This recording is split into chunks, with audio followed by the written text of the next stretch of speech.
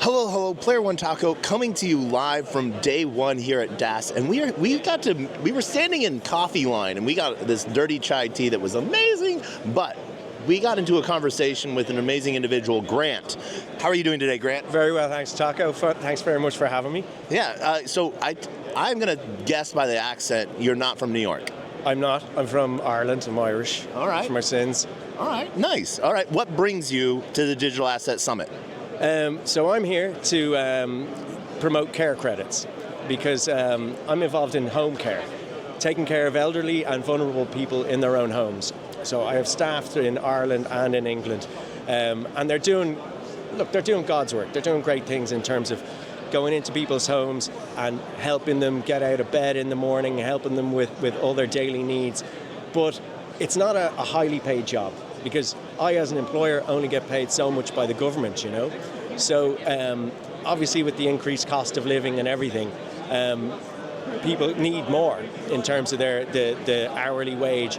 And for not just for me, but for all employers in the sector throughout the Western world, there's a ceiling to how much we can pay because of the fact that the government only pays so much. So hence I came up with CareCredits. So CareCredits is a digital asset that the care workers receive upon providing the hours of care, and they can redeem it under existing supermarket loyalty schemes at the supermarket checkout. Now, is this on top of what they're already getting paid? Exactly. It's supplementary, complementary. It's not instead of their wages, they get their wages and they get this on top of it. So that's a very important aspect of it. And the key aspect of it is that it's institutional grade in terms of the compliance. So one of the core features of CareCredits is that it's all home care companies, in order to gain access to the system, they have to be verified. And they're verified through a thing called the Legal Entity Identifier, the LEI. And the LEI is underpinned by 300 pieces of legislation and regulation globally, 106 of which are in the European Union. And it is something that means that we know that it's a home care company that's accessing the smart contract via their scheduling software. And then there's an extension to that, which is a digital identity extension called the VLEI, the verifiable LEI. And that's what's going to be used to verify the identity of the home care workers so that they themselves can receive the tokens onto their personal wallets, and then upon doing the care, and then exchange them at the supermarket checkout. So one of the biggest things within home care, health care, is fraud, waste, and abuse. Yes. So you're not necessarily putting the individual that's being cared for on blockchain, so we don't have to worry about PHI, public health information. It is more about proof of care, because in Medicaid and in care worlds and billing, it's not really how good of a life you give someone or how great of care you give them, it's how well you document it. Absolutely. Just to say, first of all, that security is paramount throughout the entire system. Personal information, medical records, they are sacrosanct and they will be completely protected. And we're working at the highest levels with the European Commission to make sure that all of that is ring-fenced. In terms of, you very correctly said it, Taco. Home care is an aspect of we all get older.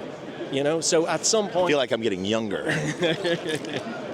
But at some point, I think for most of us, we prefer to stay in our homes for as long as we can. Yep. So for the care workers doing the work that they do, obviously they have to document it.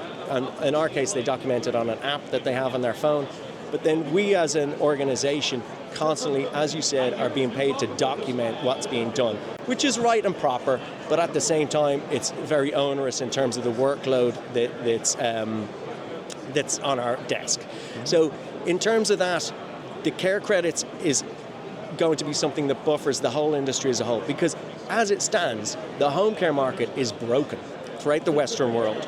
And the CareCredits was really born out of necessity, because necessity is the mother of all invention, as we know, right? So in terms of making sure that it's a $380 billion industry right now, but with the aging population, it's going to grow into the trillions over the coming decades. So it's something that really has to be looked at.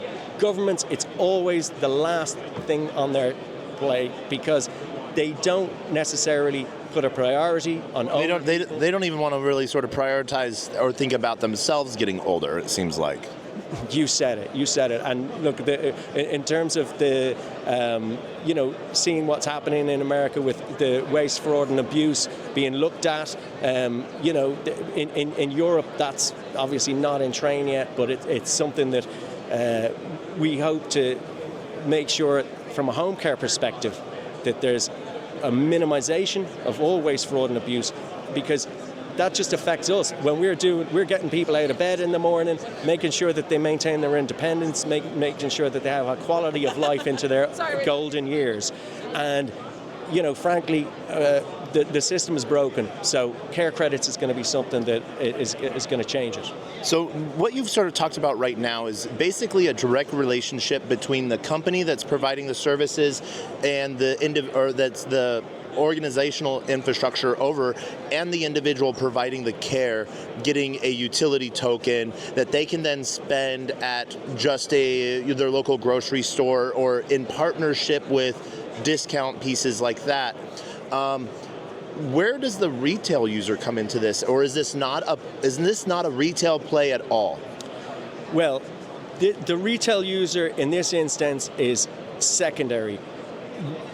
The token itself is minted upon the care being delivered. So it's a real-world asset insofar as it's based on human labor itself. Now once they clock in that they've done the work, and it's been verified, or just once they've done the work? Clock in and verified, and then put on their digital wallet. So now they own the token. Now, they can either hang on to the token itself, or they can cash it in at the checkout, depending on what the value is at any given day. And then the supermarket chain owns the token. Now, if they decide to hang on to it or resell it on the secondary market, at that point it could be accessible by retail investors and institutional investors, because this is going to be an institutional grade asset. We're not looking to make a meme coin here. We're looking to build something which has security, compliance, regulation at its very core, so that it is a fundamentally safe asset, and stable coins are going to feature in its underlying, in what backs it up. And so I know everyone, if they're looking to find you, they can find you at CareCredits.io. CareCredits.io, absolutely. Are you guys on socials as well, like Twitter? No, not yet, but we will be very soon. All right. And so if they want to find out more, that's where they go to? CareCredits.io. My name's Grant Leach. I'm very interested in hearing from institutional investors, VCs, and anybody who'd like to partner with us in making the world a better place by providing a decent standard of living for people who are doing the best they can in terms of helping people who need it. You might need this next. We all get old.